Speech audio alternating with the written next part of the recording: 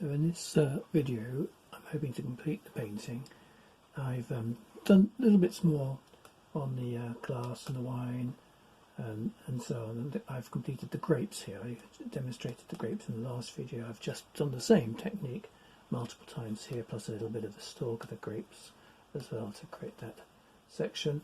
I'm going to complete the silver here of this dish and the wine bottle. In this area, all I have done since the last video is just reinforce the darks here and just reinforce the light. So it's actually starting to look like silver, even though I haven't done much to it. When you look at your photograph, you'll see that there are some various different colours appearing in the silver itself. And one of them is the background colour. And although I've got some of it appearing, I'm just going to reinforce that. I'm just going to take the same colour, the raw sienna. But the raw sienna itself, if I place it on here, is going to look darker because this is a thin wash.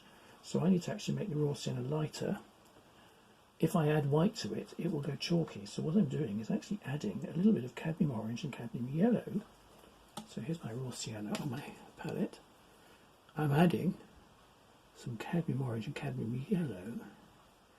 And it actually starts to look, I'm going to put a tiny bit of white in it, but it starts to look like yellow ochre. If you've got yellow ochre as well as raw sienna, the yellow ochre is a sort of brighter colour. But when I paint this on, it actually will look more like the background colour. It's the same colour actually that appears, interestingly, through the glass in the stem here, which I've done a little bit more work, just richly painting little blocks of colour, looking carefully at the way that the shape of the cut crystal glass is. So it's got some really nice facets in here, almost like painting a diamond, which go from grey to the darker grey, and then it picks up on all the other light parts around it in the cloth and in the probably reflecting off the silver too. So we get the surrounding colours, hints of reflected in it, and the same thing happens in the silver here. So we actually get some of this yellow coming round the side here. And in between this sort of double tire shape or double sort of pillow shape that's coming around the side of here, we get these little bits of yellow appearing. So it's like, it may be that my silver is tarnishing, who knows, but it just adds a little bit of warmth to the silver. So I put that in. You get the same colour actually reflecting in the blade of the knife over here, which is reflecting the wall above it, but not in quite as bright a colour. So we've got a bit of it appearing in the tip of the knife. So I put those little bands in, and really what we're doing now with the silver is there's a top edge here which has got some little scrolling, and I've just hinted at the scrolling using a sort of raw sienna and burnt umber mixture, so just a little bit of a brownie mixture. And what I've got is I've just gone along and painted little sort of splodges, but they're little sort of crescent shapes all the way around. It's like a sort of rope. It's not quite a rope design. I think that's a slightly different thing in silver, but it goes around here, and then the edges of it catch the light, and so each little tiny bit of rope here has got a sort of little dot of light on it, and the light seems to get slightly brighter as it comes around to the front. So I'm just putting the little dots of light on, and they disappear underneath the grapes here. They sort of get a bit darker, they don't show up so much. Oops, my brush is getting a bit, wipe that off, my brush was just getting a little bit splodgy. So I'm just coming in around here, and as I come to the front of this coaster, it is actually, I'm just adding a little bit more white to my sienna mix, my raw sienna mix, and each little blob has a little dot of light on it, and I've attached some close-up photographs of each object so you can see a bit more clearly what I'm getting at. You can see it, you can see the suggestion of this in every photograph, but you see it more clearly in the close-up photograph which I've included. And then you get a nice little, it reinforces this edge, a nice little effect of light catching this top rim. So painting silver, I mean, if you haven't got a silver object like this, it doesn't matter. You can get similar patterns on the edges of cutlery, on just get all your silverware out, your silver teapot, your Georgian tea service, you'll find it a similar thing. And the only other thing I'm noticing is as it goes into the slightly darker area here, the little dots also have a little bit of a highlight going across the sort of top of the band here. So just put a few little extra flicks in around there. So that picks up on that. And when you're doing these areas, it's always worth noting how the colour slightly changes as it goes around the edge. So next I'm going to start reinforcing the silver on the front, and on this upper band I've got the dark in here, which was just my burnt umber, a dark shimmery, almost a black. Underneath it we've got a lighter shade of grey, so it's the same colours actually plus lots of white, and it's where this band is actually reflecting the colour of the tablecloth here. So this is producing this light bit here, and it also is reflecting the napkin over here, so I'm getting some highlights in here. This is where whatever you set up, you've got to look very carefully at where any reflective surface is picking up the surrounding shapes. So you can't just work to a generic plan on this sort of thing. You have to look very carefully, because however you set it up, you will get different effects. So I'm now just grabbing another brush, just damp, just to shape what I've done, shade out what I've done. Sometimes you get very sharp contrasts, like here. Sometimes you get very gradual contrasts. So there's a sort of double white or pale grey band in the middle here. So this is already a line above where I've just painted this sienna colour around in between the two bands, and then it goes light around here, but it's not bright white. It's, as I say, it's a very pale grey mixed from the raw sienna. Burnt umber, ultramarine. There's actually a tiny bit of raw sienna, but it's mostly white. So it's just taking the white down a bit. And it's important not to paint white here in these highlights, because there are two highlights here. Actually, there's a tiny bit more over here, but there are two areas where you've really got the source of light reflecting, and that's where you can use maximum white. So I've hinted at that already, and I'm now just going to paint the greys next to that with a hint of colour, a hint of bluey colour. So it's all about just being systematic, working around in these bands and seeing what effect you get. Underneath here we've got another darker. You do need, when you're painting these reflective surfaces, a little bit more moisture than other areas, because you need to have smooth brush strokes that gently sort of merge one into the next one. If your paint is too dry, you'll get texture where you don't want it. These colours need to come on very directly, very smoothly, and then you'll get a nice metallic effect. And I'll give you a close-up of what I painted at the end, so you can see or judge whether I've succeeded or not. So I'm just sort of mapping around, following the curve every time with every stroke. And then now on the second layer, this lower layer, there's also, like here, there's a lighter bit. Underneath the lighter bit, it goes very dark again. So what I'm doing is I'm painting this lighter bit, pale grey, very pale grey, because it's reflecting the tablecloth. Not quite as bright as the tablecloth.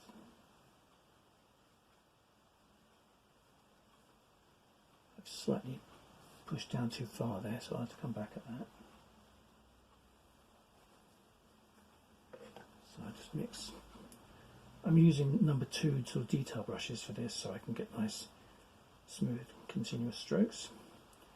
And underneath where I came down a bit too low here, I'm just painting back my dark, which is burnt umber and ultramarine. Now, if you use black for these areas, which do look very dark, it might work. I don't like black myself. The reason being is if you ever mix colours next to black, the black will make colours dirty. Whereas this black mixture that I explained, a balance of the blue and the brown, may not be quite as black from the tube, but it's very close, and it also allows you, where you've got really dark blacks, perhaps you can get your black out at that point. So just going down to this curve to try and keep it running smoothly. You do need a steady hand for this effect, but I've just gone slightly over on that, clean the brush really thoroughly, come back with some white here and just see if I can push that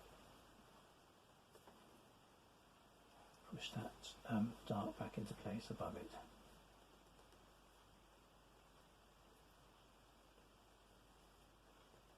As you build up sort of layers of paint, you may find that the paint sort of sticks better on top of other layers. You may find it gets lumpy, so you have to work out how to, what consistency works best for your paint, basically. You may find that this depends on style, but if you're using if you put quite a lot of paint on the tip of the brush, like I tend to, I put more paint on the brush than I think I'm going to need, and then I don't press the brush so hard, and the paint flows off it nicely. So I'm just brightening that bit there, and with pure white going into these highlights, and then there's a similar thing over here. There's a pure white.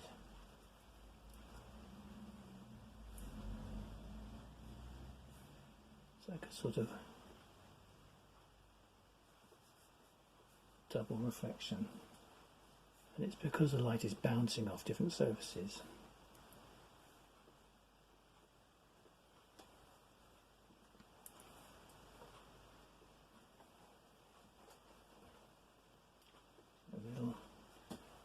So you can notice how those really light bits really do make all the difference.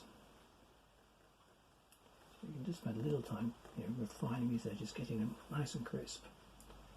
And I'm actually looking at this, and I've not quite got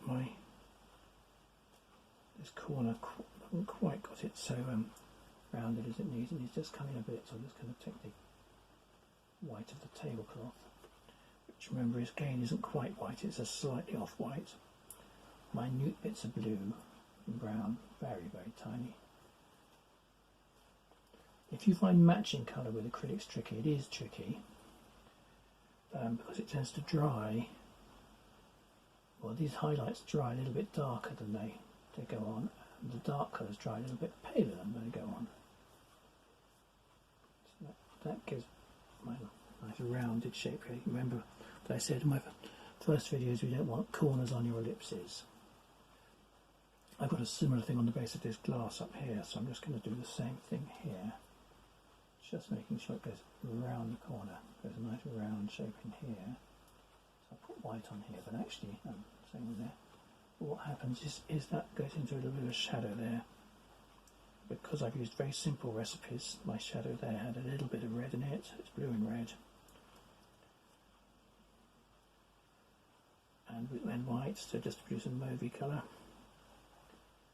That means I can go back in there now. Where the grapes are throwing a shadow onto the cloth here.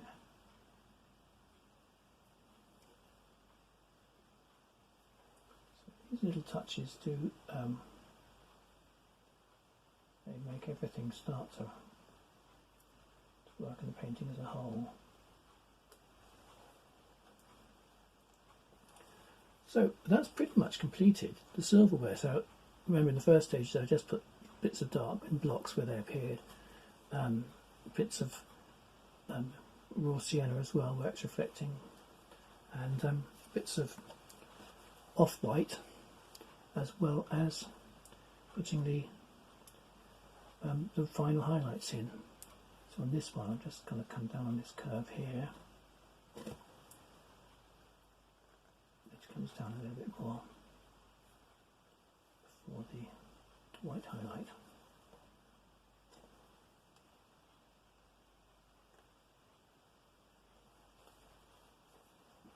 There we go. So now we're ready for the bottle, and I use a bigger brush initially with the bottle. Let's put them in water. Again, it's mostly mapped in, and if you remember, my angle on this bottle is slightly different from the photos I've sent you. I'm looking down slightly into the neck of the bottle, so I'm getting the top slightly elliptical, whereas you could almost get it flat, depending on which photograph you use.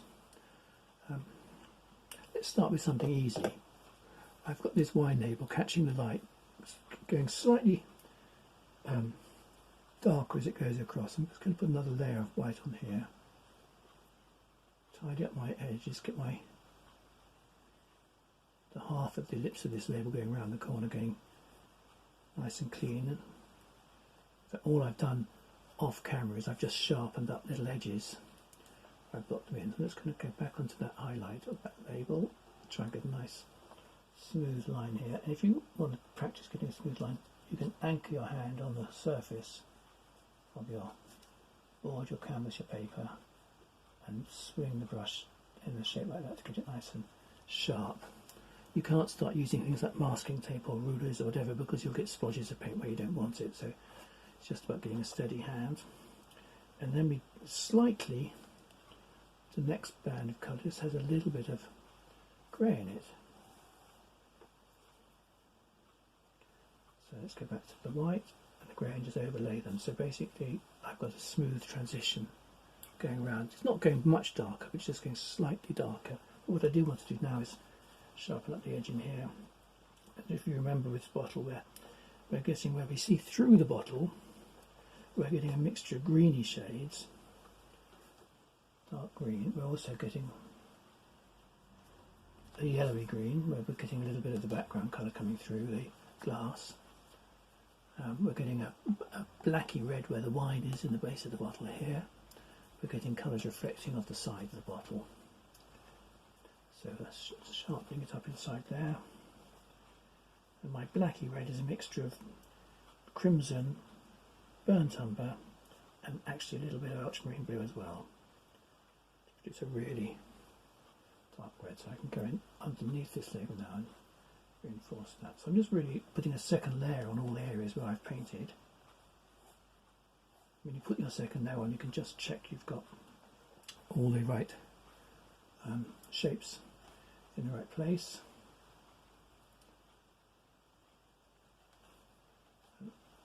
Another layer in there. And you can use the heel of the brush to push around and get the edge of your bottle really sharp where it needs to be. And when it gets right down onto the base here, actually this last bit of it is almost black, so I'm mixing burnt umber. I'm not getting any red in this last bit. I'm mixing burnt umber and ultramarine just to make it go really dark. So it goes in there, goes dark up the side. And what you've got to do with a bottle like this is you've got to look at where things are reflecting. So we've actually got the reflection of grapes in the glass here. So that's where appropriately.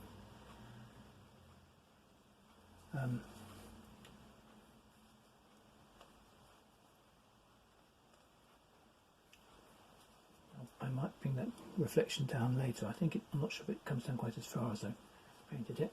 So we've got the little darks of the grapes going in there. There are some colours reflecting back into this glass, so I need to put that layer on, let it dry, and I'll come back and put a little bit of reflection in here. In fact, I might even do it before it dries, because we've got it's like a slightly bluey grey. So it's burnt umber, ultramarine and white, and actually it's Trying to mix the right palette. I've got too much white. It doesn't need too much white. It just goes great. So this bit here, there we go. There's a reflection. And what we're getting here, when I really look into the glass, we're getting the silver wine coaster reflecting, and the in there with the grapes on top, and we're getting the cloth reflecting underneath it.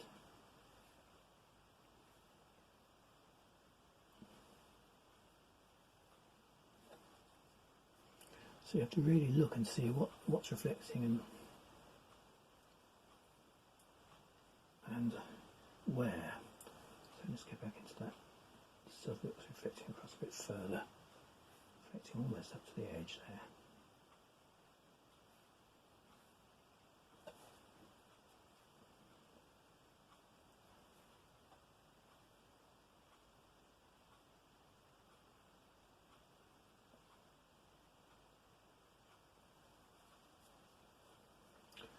So it's just building up there as you get the dark in, then you put the reflections onto it.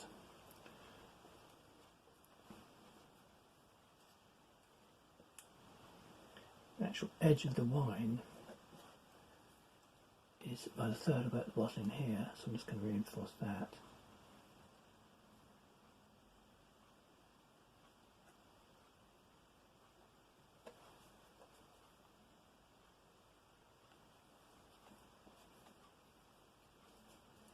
And the other thing I've noticed is right at the edge, there's a little bit of the background raw sienna reflecting just inside. I've actually put a very thin, like nearly white bit down here, which is where the back label on the bottle is visible.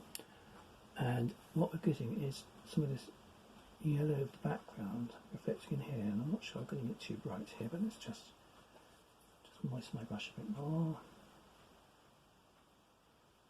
It goes all the way down here and connects up to where the tablecloth is reflecting down here, but it's not reflecting very light, it's reflecting, say, quite a sort of dark grey.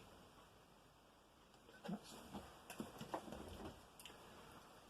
that bit, and that yellow, which is again, it's the raw sienna, lightened with a little bit of cadmium orange and a little bit of cadmium yellow, plus a little bit of white, so a little dab of each, and that gets our raw sienna. Looks a bit more like yellow ochre. Don't know if you can still see the difference there. This is the raw sienna. That's the bit next to it. I've added those colours to make a lighter shade, and it's what we're getting coming through the wine bottle. Here, so it comes in here.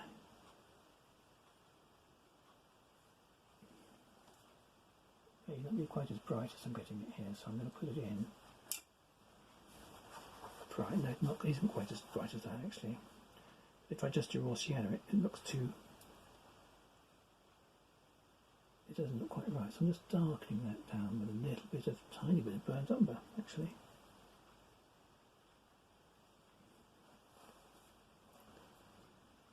It's not dissimilar to the colour where I put the shadow of the bottle here, which is where there's a thin wash of burnt umber and raw sienna, just to produce the cast shadow of the bottle on the wall behind.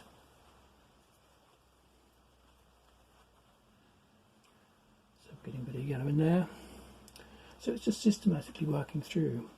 And the inside of this wine label, actually it goes up higher than I've done it.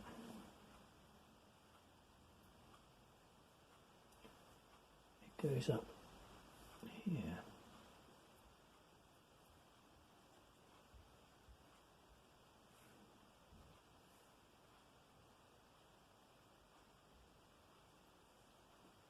That's the back label.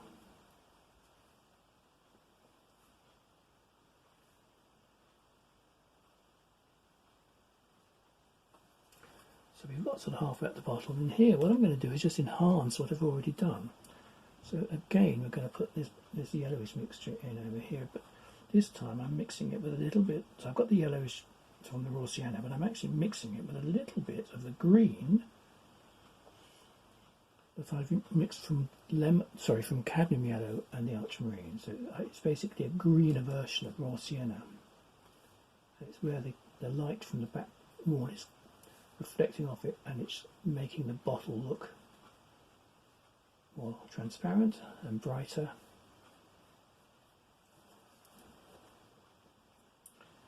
So you've got to look. This is much easier to do if you've got your own bottle to look at, and you can see to what extent you're getting colour through it. Some bottles are very, very dark initially, but this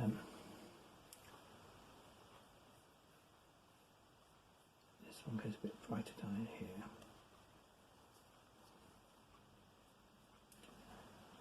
And starts to go a bit green, so it varies from an ochre mixture, sort of a raw sienna mixture, should I say, to a slightly greener shade.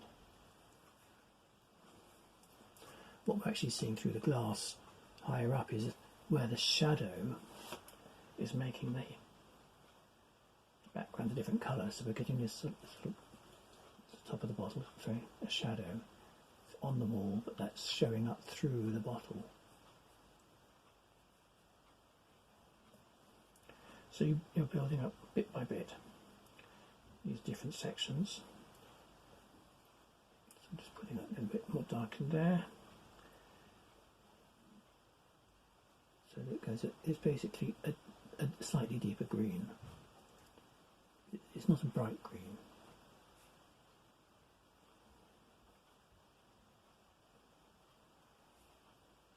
I think I've got my highlight a little bit too strong here, actually. So on the right of it, I'm coming in with a darker green.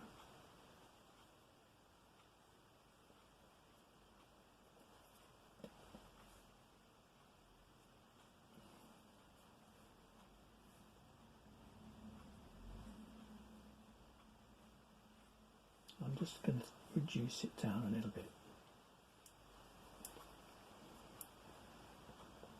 There's very much a reflected area there, but it's not quite.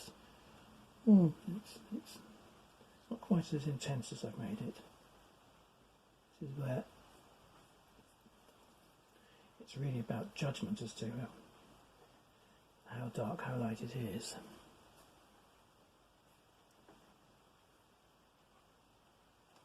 Certainly getting some more reflections higher up. Another thing that can affect this is that you start to do this in daylight, then you move into the afternoon, and then if you illuminate it with spot lamps in the evening, you get a different effect again. So you have to be careful to keep your lighting consistent in a project like this.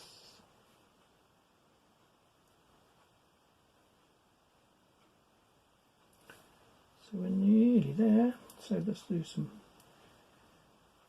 very pale. I'm actually going to do almost some glazes now. I've mixed up a sort of sky blue, and it's where we've got this highlight that's reflecting off here, but it carries on down through here in a band. I've got it a bit strong, so I've just wet my brush.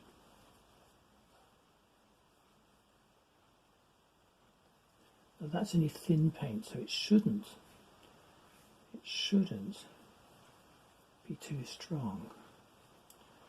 What we can do is make this highlight up here much whiter, and the little highlights that catch the top of the bottle there. I've even got the under capsule, it's called, the little bit of leaded whatever, I've got that catching the edge of it here, little sort of torn edge, which makes an interesting shape. I'm going to get a detail brush to do the capsule on the other side, where it throws a real dark shadow, so where it's torn in here, it goes really dark, and it splays out slightly.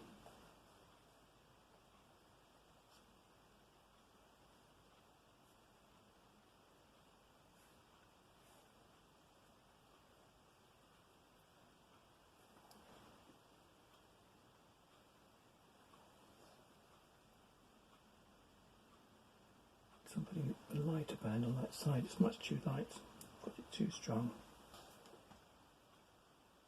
wanted just to get a bit of grey in there, so I just go back to my brown and black and overpaint it.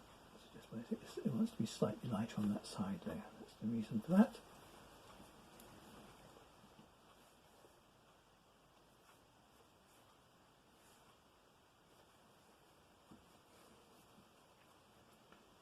So lots of little touches this evening to complete this painting. A little bit I'm seeing the background through there, but all in all,